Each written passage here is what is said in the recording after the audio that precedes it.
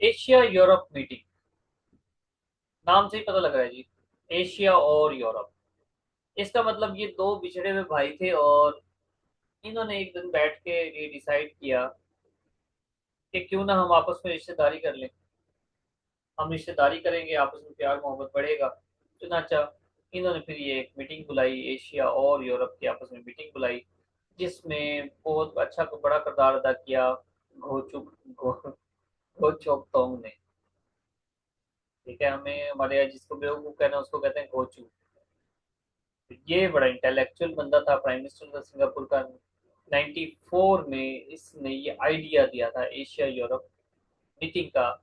ठीक है, इसमें जो डिफरेंसेस थोड़े बहुत होते हैं जी, वो बता देता है कि आप इसमें थोड़े थोड़े इस तरह के मुआहदे करें और आपस में इस तरह से चीज़ों को लेकर चले। बेसिकली इसने हाईलाइट किया कम्युनिकेशन गैप। एशिया जो है यूरोप को अच्छा नहीं समझता, उससे डरता है। क्यों? क्योंकि उन्होंने हम पे रूल किया है, हम पे हुकूमत की है। फिर हमारा कल्चर उनसे डिफरेंट है, हमें तब भी डर लगता है। तो गो चुक ने इसको थोड़ा सा नॉर्मलाइज किया। यार आप इससे डरने की जरूरत नहीं है, एक दूसरे से कॉपरेट करोगे तो दोनों का ही फायदा होना है। ठीक है ना, दोनों का ही फायदा होना है। तो आपस में कम्युनिकेशन करो, इशू इसका फिर पॉलिटिकल, एजुकेशन, इकोनॉमिक, ट्रेड, ठीक है, इन चीजों पर फिर उन्होंने काम किया। तो हो चुका का इसका सबसे बड़ा रोल था 1994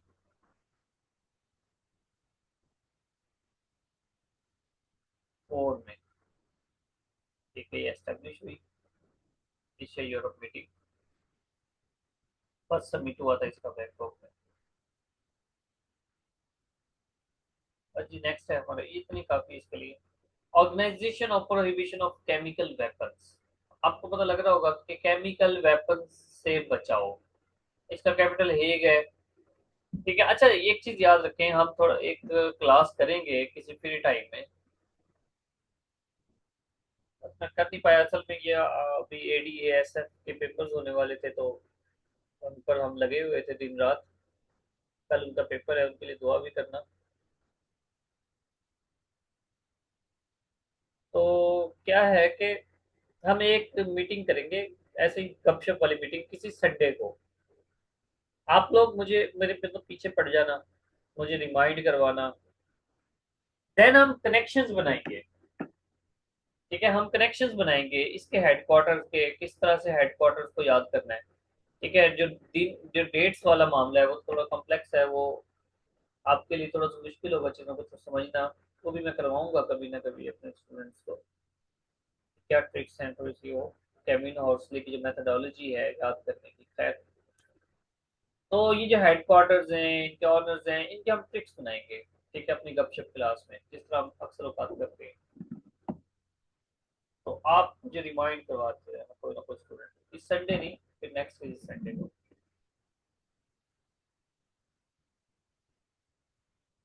तो जनाब इसका मकसद क्या था कि केमिकल वेपन्स, ठीक है, उनको खत्म करें। केमिकल वेपन्स को खत्म करें, कोई भी न्यूक्लियर इस तरह से वेपन्स के तौर पे ना लेकर आए। न्यूक्लियर एनर्जी को वेपन्स के तौर पे यूज ना किया जाए। चुनाचा एक चीज जो आपने याद रखनी है, जो अलग है हटके, 2013 में इसको नोबेल पीस प्राइज मिला था इसके काम पे।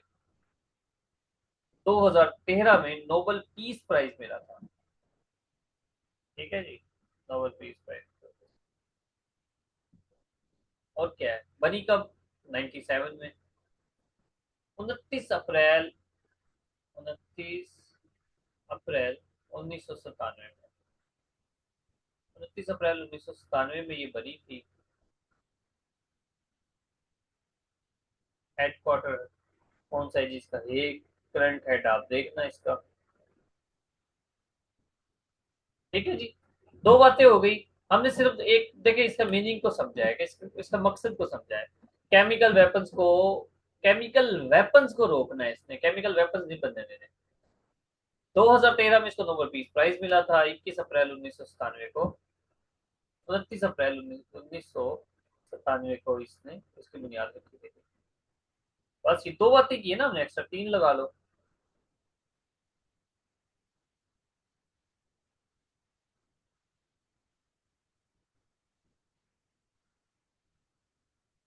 क्या जी, नवंबर में? अभी कॉप पे ही पहुंचे हुए हो आप लोग? ग्रुप में डिस्कस करना है, ग्रुप में डिस्कस करना लाजमी इन चीजों को ना। ग्रुप डिस्कशन में तो मैसेजेस मुझे नजर आते हैं तो मैं फिर देखता हूँ, उसको अटक जाता हूँ कि शायद कुछ पूछा हुआ आपने। D8, ठीक है, ये ऑर्गेनाइजेशन है कौन से कंट्रीज की? Developing countries. पाकिस्तान इसके दोनों का मेंबर है, D8 का भी, G77 का भी। Pakistan is not the member of which of the following? Pakistan both का मेंबर है, मेंबर ऑफ बोथ। अच्छा, जो नोट्स में आपको दिया हुआ है ना मैंने, उसमें सिर्फ बोथ लिखा हुआ है। इसका मतलब ये जाएगा कि भाई दोनों का मेंबर नहीं है। पाकिस्तान इन दोनों का मेंबर है, D8 का भी है, G77 का भी है। मकसद क्या था जी डेवलपिंग का? आपस में म्यूचुअल ट्रेड करना, इन्वेस्टमेंट करना, अपनी development, sustainable development, growth, economic cooperation वगैरह वगैरह, इसका यही मकसद है।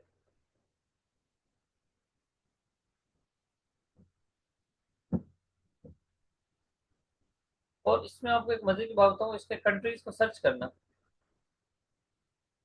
और मुझे ये बताना, आपकी असाइनमेंट है कि D8 में कौन सा कंट्री है जो गैर मुस्लिम है। कितने गैर मुस्लिम कंट्री हैं D8 में और कितने मुस्लिम कंट्रीज हैं, ये आपने मुझे बताना।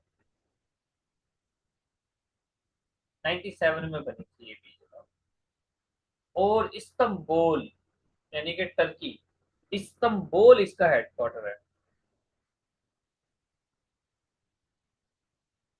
इस्तंबुल इसका हेडक्वार्टर है,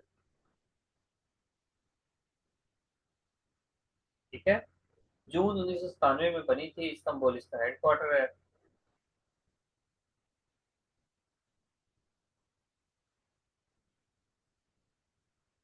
अब आगे चलते हैं।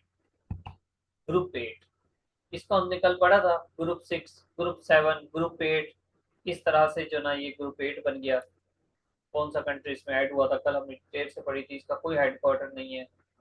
और इटली जो है ये सारे कंट्रीज बता के कहता है कौन सा कंट्री नहीं है, इटली नहीं है। सारे इसने एक सवाल में नहीं बताए, तीन बता देता था, फिर ऑप्शन देता था, इटली नहीं था। फिर ये तीन बता दिए, फिर ये दो बता दिए, कोई एक बता दिया, एक दो बता दिए, तो इस तरह से। G20, group 20। ग्रुप 20 का मतलब भी क्या था? ये एक दूसरे को सपोर्ट करना इकोनॉमिक लेवल पर। ये 20 कंट्रीज का ग्रुप है, ठीक है। ग्लोबल क्राइसिस, वहाँ एक दूसरे की मतलब मदद करना, सपोर्ट करना। ये G7, 8 वगैरह कई शाखा है, ये बनी थी 1999 में। क्वेश्चन देखते हैं जी, क्या G20 is under the leadership of Salman bin Abdul Aziz का? 1999 में, 26 सितंबर 1999, पूरी डेट याद रखो। 26 सितंबर 1999। कोई हेडक्वार्टर नहीं है परमानेंट। और मजे की बात इसमें क्या है, इसमें बहुत सारे कंट्रीज हैं, सिर्फ G20 नहीं है। 19 कंट्रीज एक तरफ है, प्लस यूरोपियन यूनियन है। और कौन मुझे बताएगा कि यूरोपियन यूनियन में कितने कंट्रीज हैं?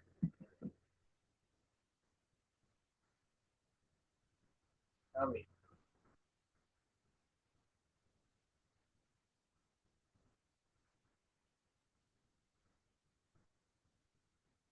27, गुड शॉट। 6 किसने कहा? 6 इनिशियल थे भाई। हाँ शेख, आप कुछ कह रहे? 27, गुड शाबाश। ट्रिटी ऑफ नाइस, अभी पढ़ा ना treaty of nice. Treaty of Amsterdam भी मैंने पढ़ाया था। ट्रिटी ऑफ लिस्बोन का बताया, treaty of Amsterdam, treaty of लिस्बोन, treaty of nice. ये क्या था? बेसिक अगर इसको आप एक वर्ड में याद रखो, तो यूरोपियन यूनियन के कंट्रीज की इन्हांसमेंट, यूरोपियन यूनियन की इन्हांसमेंट थी। Number of European members to secure the vote for the treaty of Nice is 732।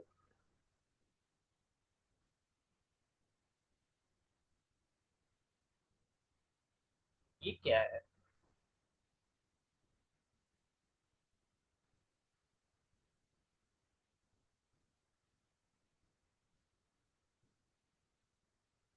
चलिए इसको देखना पड़ेगा। ये जो है ना, इसका मतलब मैंने इस पे गौर नहीं किया। Number of European members to secure vote for treaty of Nice, चलो इसको देख लेते हैं, ठीक है। इसको देखते हैं कि इसका क्या मतलब है। ट्रीटी ऑफ नाइस आपको समझ आ गया, यूरोपियन यूनियन एनहांस हो रही थी, कंट्रीज उसमें ऐड हो रहे थे। इस 732 वोट का क्या मतलब है, इसको हम देखेंगे। ये हुआ कब था ट्रीटी ऑफ नाइस? 2001 में। नाइस जो है ना, ये नाइस वो नहीं है, नाइस अच्छे वाला नाइस नहीं है ये सिटी का नाम है, सिटी है, ये फ्रांस का सिटी है। ठीक है, यहाँ पर ये ट्रीटी हुआ था फ्रांस में 26 फरवरी 2001 को। 26 फरवरी 2001 को ट्रीटी ऑफ नाइस हुआ था। ठीक है, तो इसलिए ये यूज किया जाता है।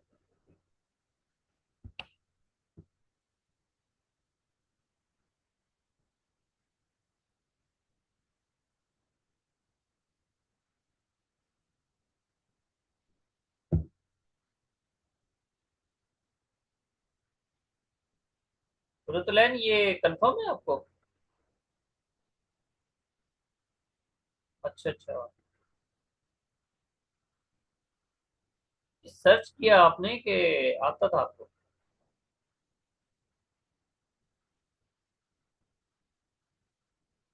सर्च किया अभी अभी?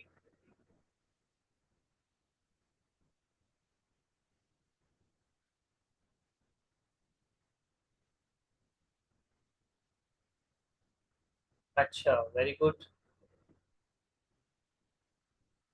चलें जी, बहुत अच्छी बात है माशाल्लाह।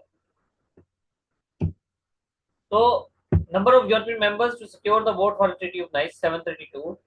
यूरोपियन यूनियंस के जो मेंबर्स हैं, जो पार्लियामेंट्री मेंबर्स हैं, उनकी जो ज्यादा तादाद है, ठीक है, उन्होंने ये वोटिंग की थी। मेरे जहन में कंट्रीज की वोटिंग आ रही थी, इसमें थोड़ा सा मुझे कंफ्यूजन हो रही थी। मैंने कहा इसमें कंट्रीज तो कम है। असल में जो पार्लियामेंटेरियन है, टोटल कंट्रीज की पार्लियामेंट के हिसाब से वोट अगर करें तब वो ज्यादा बनते हैं, लेकिन इसमें अगर 732 वोट हैं तो इसका मतलब तो, और आपने जिसका कुरैन ने कहा, ठीक है, इसको क्योंकि कुरैन ने सिर्फ सर्च नहीं किया, बताया है, क्योंकि भूल भूल जाता है इंसान। अगर 732 पार्लियामेंट के मेंबर्स की तादाद है और इसने वोट सिक्योर किए 732, तो इसका मतलब तो 100% वोट हुए ना। इसलिए हम इसको जरा कंफर्म कर लेंगे, लेकिन एक हमारे कॉन्सेप्ट क्लियर हो गया कि जो इसके पार्लियामेंट की जो तादाद है उसके हिसाब से वोटिंग हो रही सर ये इसके वोट के लिए है ना 732? है। हाँ जी हाँ जी, वोट की जो टोटल मेंबर्स हैं, तमाम कंट्रीज के टोटल मेंबर्स, उनकी पार्लियामेंट, वो उस हिसाब से वोट कास्ट करते हैं।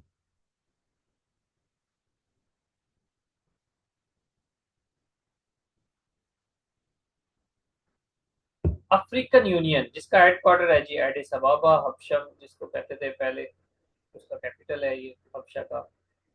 9 जुलाई 2002 को ये बनती है। 55 इसके 55 मेंबर्स हैं। क्वेश्चन है, which African country has rejoined the African Union after period of 33 years. 33 years के बाद मोरक्को ने इसको दोबारा ज्वाइन किया था। ये जो अफ्रीकन यूनियन है, ध्यान से समझना, इसका जो मकसद है बड़ा बहुत खूबसूरत मकसद था इसका। अफ्रीका यूरोप के बिल्कुल नीचे है, ये मेडिटेरेनियन सी, और ये अफ्रीका है,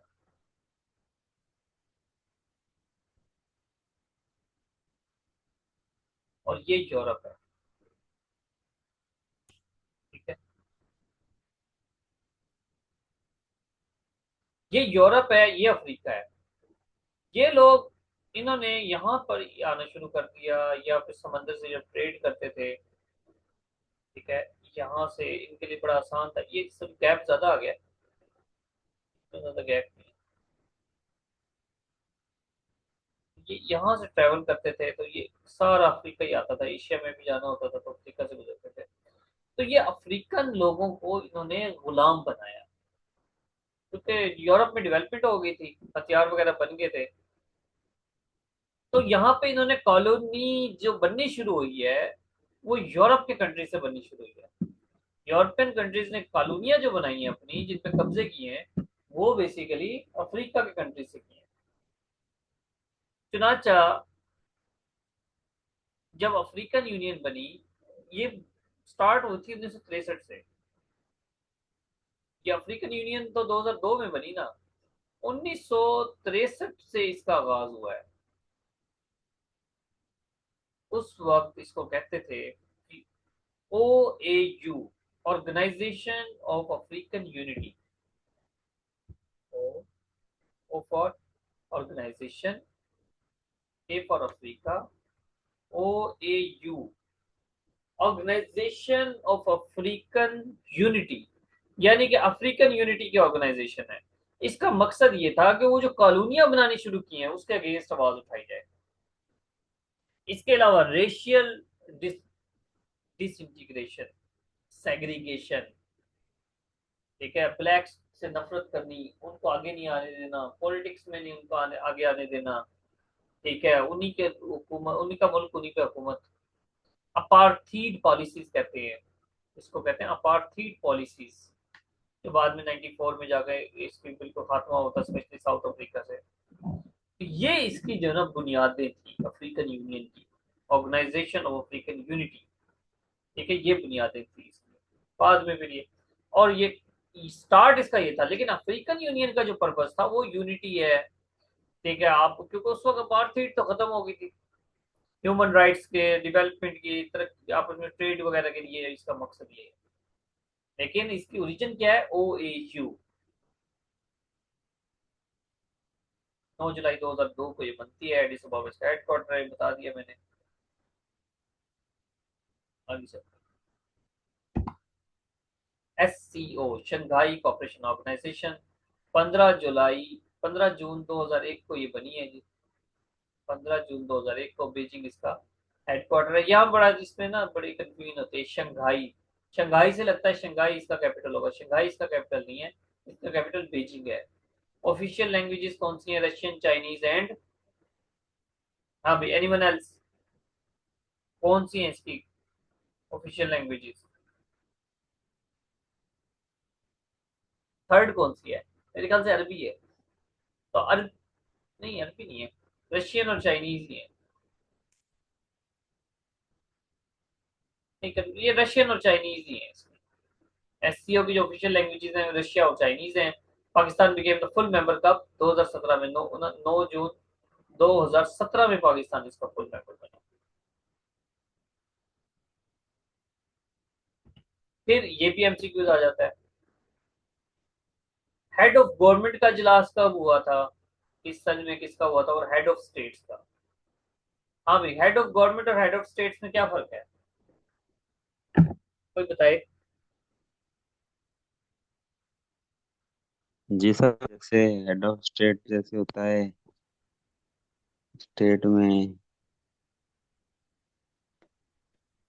जैसे सर प्रेसिडेंट प्राइम मिनिस्टर। हाँ, प्रेसिडेंट कौन होता है, हेड ऑफ स्टेट या हेड ऑफ गवर्नमेंट? वो तो हेड ऑफ स्टेट भी होता है, कहीं पे हेड ऑफ गवर्नमेंट होता है। पाकिस्तान में सर क्या हेड है? ऑफ जैसे स्टेट। पाकिस्तान में तो हेड ऑफ स्टेट नहीं है वो। नहीं है? सर हेड ऑफ पाकिस्तान में स्टेट तो होगा प्राइम ये मिनिस्टर है रियासत ना, का गवर्नमेंट। सरबराह। हाँ जी। और हेड ऑफ हेड ये ऑफ गवर्नमेंट। होगा। एक बंदा बताए, गुलशन आप बताएं। सर हेड ऑफ स्टेट होगा ये रियासत का सरबराह और हेड ऑफ गवर्नमेंट होगा ये हुकूमत का सरबराह। ठीक है जी। पाकिस्तान में जो हेड ऑफ स्टेट है वो प्रेसिडेंट है, ठीक है, और जो हेड ऑफ गवर्नमेंट है वो प्राइम मिनिस्टर है। इस तरह बरतानिया में देखें तो जो किंग है वो हेड ऑफ स्टेट है, किंग, ठीक है, जिसके अलावा prime minister head of government है। तो ये इस तरह ये इजलास होते हैं इनके। 2019 का पूछा हुआ है, पता नहीं किस सन में आया है क्वेश्चन, मुझे याद नहीं। 2021, 2021 में या उससे पहले का क्वेश्चन है ये, ठीक है, 2019 का पूछा हुआ है, तो आप इस पे नजर रखना कि जब आप करंट तैयार करो एससीओ का, कि भाई इसकी रिसेंट मीटिंग कौन सी हुई थी, तो आप हेड ऑफ गवर्नमेंट की मीटिंग भी आपने देखनी है और हेड ऑफ स्टेट की मीटिंग भी देखनी है। क्वाड, क्वाड एक ग्रुप है। क्वाड, क्वाड एक ग्रुप है। How many countries a part of quad? चार, चार कंट्रीज हैं जी जो इस क्वाड का पार्ट हैं। इसका मकसद क्या था? पहले कंट्रीज का अगर देखें तो इसमें यूनाइटेड स्टेट्स है, ऑस्ट्रेलिया है, इंडिया है और जापान है। ठीक है, ये बेसिकली साउथ एशिया में या एशिया में ये यूनाइटेड स्टेट्स से गुंडे हैं। क्वाड उसके बंदे हैं। ठीक है, इंडिया चेक एंड बैलेंस रखता है हम पर साउथ एशिया में। ऑस्ट्रेलिया रखता है साउथ ईस्ट एशिया में। ठीक है, जापान भी बिल्कुल उसकी जड़ों में है। ये यूएसए ने अपने चार बंदे, तीन बंदे रखे हुए हैं, यूएसए भी उसमें शामिल है, इंडिया, ऑस्ट्रेलिया और जापान।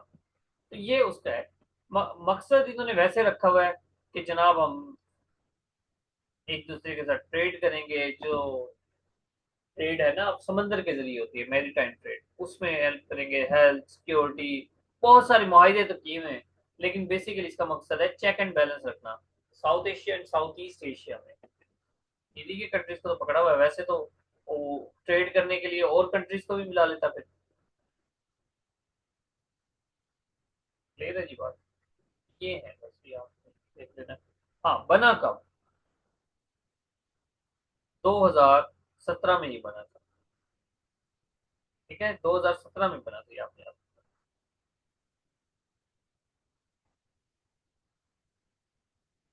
नेक्स्ट आते हैं ब्रिक्स। ब्रिक्स फॉर्मल समिट है। Bricks of Brazil, Russia, India, China and south Africa. ये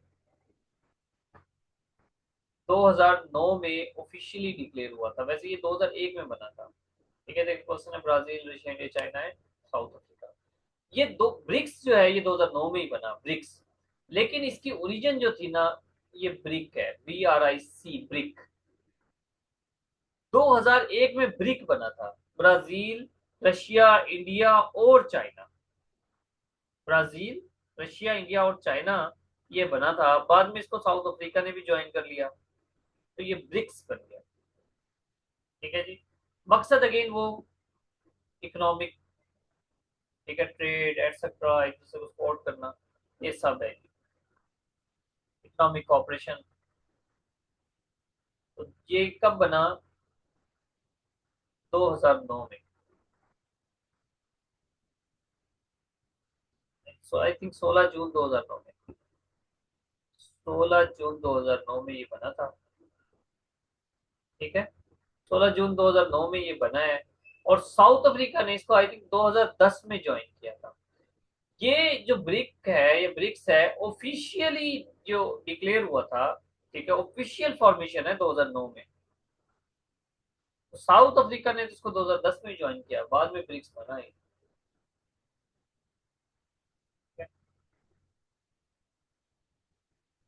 नेक्स्ट देखते हैं जी।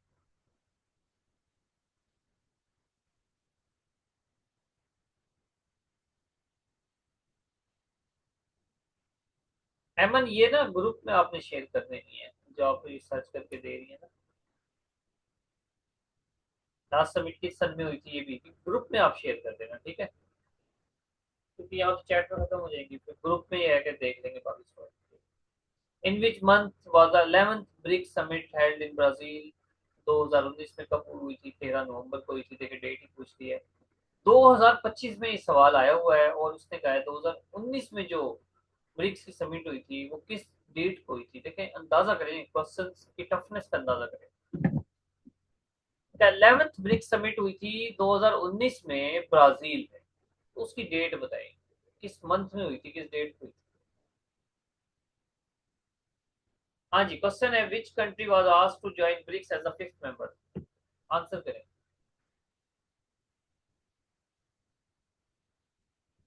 सर साउथ अफ्रीका था। साउथ अफ्रीका, गुड शाबाश।